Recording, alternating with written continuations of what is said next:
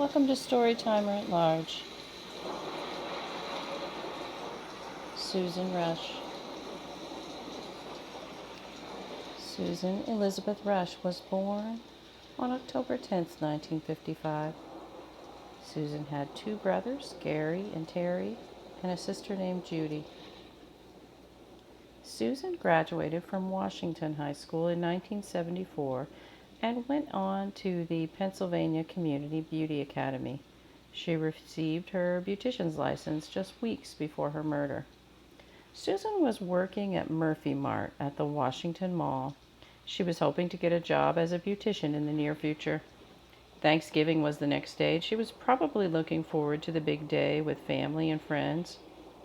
Susan did not make it home from work that day after 5 p.m. Her family likely began calling friends and family at first. Her brothers, Gary and Terry, called the police at midnight when there was still no sign of her. Susan was found by her brother on Thanksgiving Day, November 25th, 1976, the very next day. She had been strangled and assaulted and placed in the trunk of her mother's car that she had been driving to work that day. Some of her clothes were put back on her body inside out. Her pants had been torn. She had been sexually assaulted. Police believed that she had been strangled with a shoelace or a thin piece of leather. Sometimes you would see shoes in those days, especially boots, where a thin piece of leather was the shoelace. That was kind of a style at that time. You see that on boat shoes nowadays, sometimes still. But they do break pretty frequently, and so it's not a popular choice for a shoelace anymore.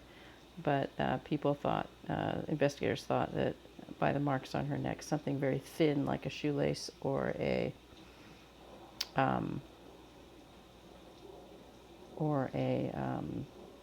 thin piece of leather was used to strangle her. Her car was found on North Avenue, only about a quarter mile from Murphy Mart at Washington Mall. That close proximity makes me think that the killer didn't want to walk far back to his car or his home. He probably drove to an isolated location out of town to commit the rape and murder, but drove back and parked fairly close to the mall, but not too close, and then walked back to his car or his home. Susan's murder happened just a few days after another similar murder northeast of Pittsburgh in Penn Hills. Barbara Jean Lewis was kidnapped in the early morning hours while waiting for the bus on November 19, 1976. She was found later that morning. Both Susan and Barbara Jean Lewis were sexually assaulted and strangled. Susan was placed in the trunk of her own car. Barbara was left in a dumpster. Both women were left where they would be found. I think that is an important connection here.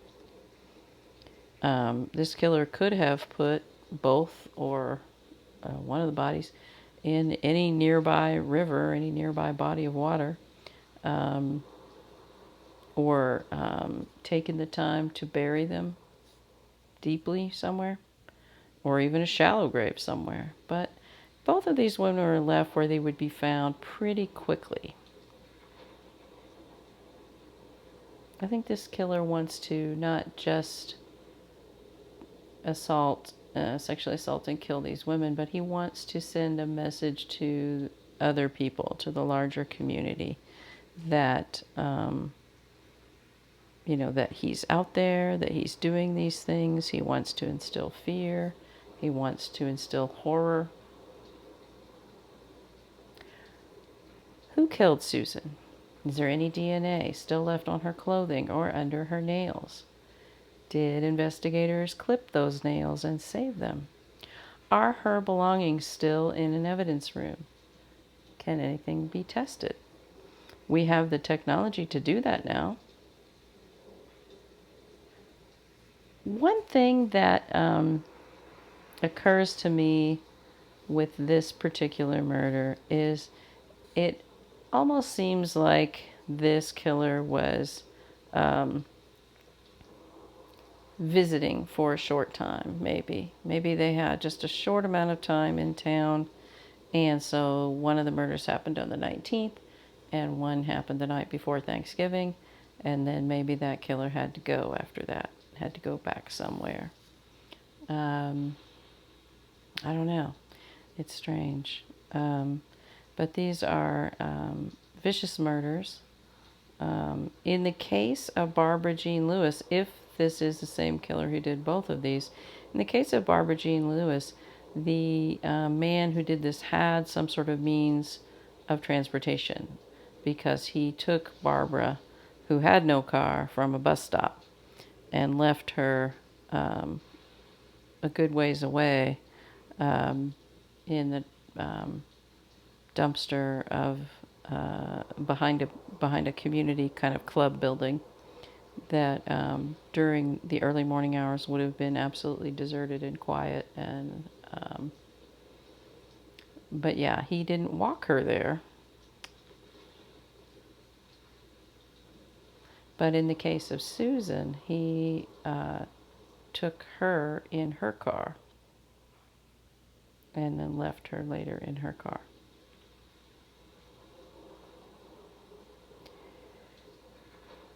Susan Rush had so much living left to do. She was just embarking on a career after beauty school. She was working there at Murphy Mart, but she really wanted to start her career as a beautician and make a way for herself in life and see some of her dreams come true. She had hopes and she had dreams for her life that went unrealized. And then you need to think about her family and the families of all these victims, how traumatic a loss like this is. It's not something people bounce back from.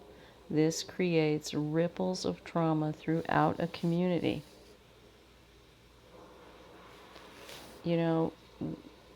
Girls and women who grew up during this time, and boys too, but people who grew up during this time of the 70s and 80s, and you're hearing about these horrible things happening, and it makes you less comfortable going places and doing things. You don't realize when you're young the choices that you make. You think all the choices that you make are your own choices, but sometimes you make choices because I don't think I'll be very safe there. When one of the first young women went to an all-male military school in the 1980s, she was harassed and bullied out of that school, and she was miserable. And so eventually they did start allowing other young women to come to their school. But because she was doing it sort of to be the trailblazer, to prove a point, they were absolutely horrific to her. And, she didn't end up completing her education at that school. We would hear about those kind of things all the time, and it was on TV all the time when we were always being sexually harassed in this place or that place. And so you start to make these choices. Like, you make choices for yourself that aren't necessarily what you would want to do in life. And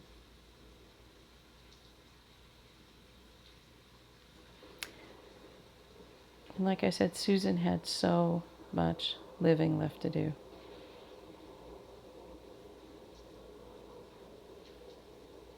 Rest in peace, Susan. Thank you so much for watching the video today. Susan's case is unsolved. You can submit a tip to the police in Washington, Pennsylvania at 724-223-4226. Maybe you saw something then, or you've heard something in the years since then about Susan Rush's murder, and you were wondering, is it still unsolved? Who knows? I don't know. But it is still unsolved. And so if you have a tip, if you have any information to share at all, 724-223-4226 is the number to call. I hope that you have a very good day today. I hope that you are very kind to someone out there in the world. And I hope that someone else is very kind to you.